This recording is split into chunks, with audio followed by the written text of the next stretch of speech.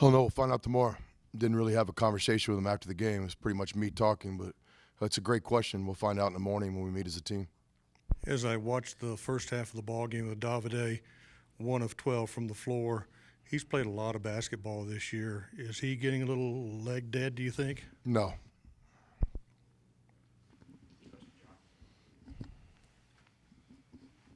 Chris, your team outscored them 46-33 in the second half, and obviously trailing at the break. What was your message to your guys at halftime, and what did you try to change, like strategically, that obviously ended up working out for you in the end result?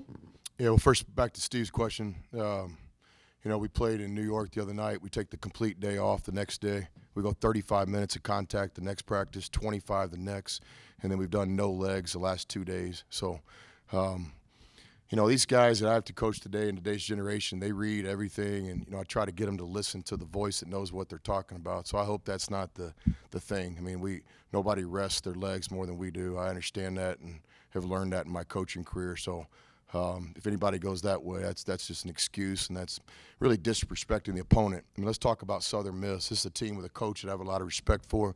We played his team last year, and it was a very similar game for about 30 minutes. Coach knows what he's doing. I want to, tell these players how much I respect and enjoyed watching them play tonight. They're a man down with one of their best post players not playing the night, one of their best shooters not playing the night, and it was evident to me from the tip that they came in here to win. And so I think a lot of times when we sit around, we feel sorry for ourselves. We're disrespecting the opponent. But I thought Southern Miss played great tonight. They had a game plan, and they played harder than us in a lot of stretches of the game. And you don't really say that about our teams much, but that's exactly what happened. What was the next question? The second half. What were you guys trying to execute that second half that ended up working for you guys that made you outscore them 46-33 and get the win? Well, more than anything, we tried to get back to the original game plan, which was to, try to play pressure defense and create some offense off our defense. Try to play each possession like it has a life of itself. Pay a little bit more attention to the best shooters. Thought we did that for the most part in the second half. Late, Levin got away from us a little bit. He's a great shooter. Then we reminded the guys on offense, we'd like to get to the free throw line tonight. This isn't a three-point shooting contest out there. So on a night where we struggled and obviously have a lot of things we got to clean up, I do think the free throw line won this game for us tonight. I think we're 24 for 27 is exactly what we had to do on a night where the jump shot wasn't going down.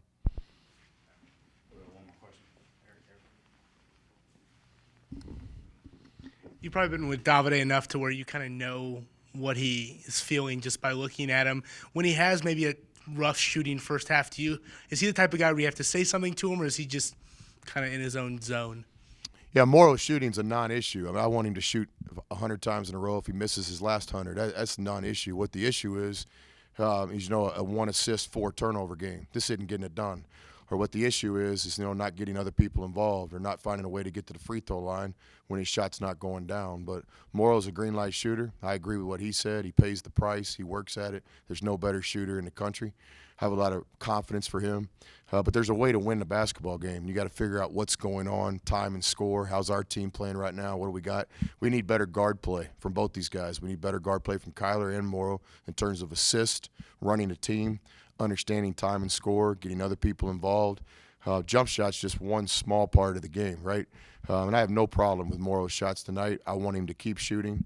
You can put it on the front page. You can print it. You can put it in a voicemail. You can tell whoever. I don't care if Morrow's missed 10 straight shots. He needs to shoot the ball when he's open. What I'm much more concerned is all the other areas of the game that it seems to me, Morrow lets his shooting mood affect other parts of his game.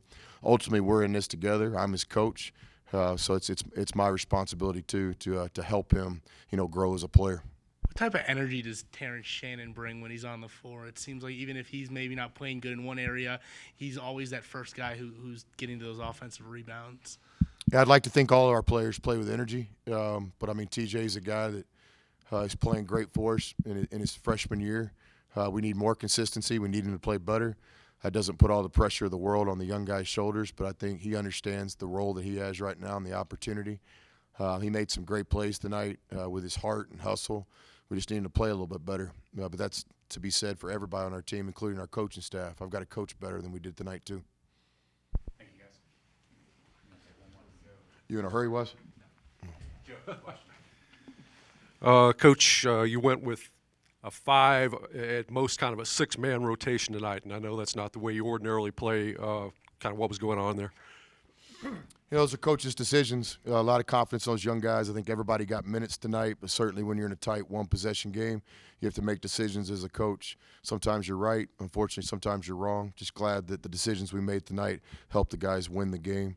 But it was nothing one player did or didn't do. It's just trying to figure out, a way. We did go small ball down the stretch. Luckily that helped us win the game. So it was the right decision tonight, but you never know as a coach. Those are things you got to live with. But I was glad tonight that we had the players in the game that helped us win late. We had a game plan that we didn't execute in the first half, and that's why we were down 7 at halftime. We didn't come out in the right way, and that's why you down at halftime, I guess. Kyler, from your perspective, same question, but I guess just did you kind of feel like you guys were getting shots and just the shots weren't going in and eventually they would?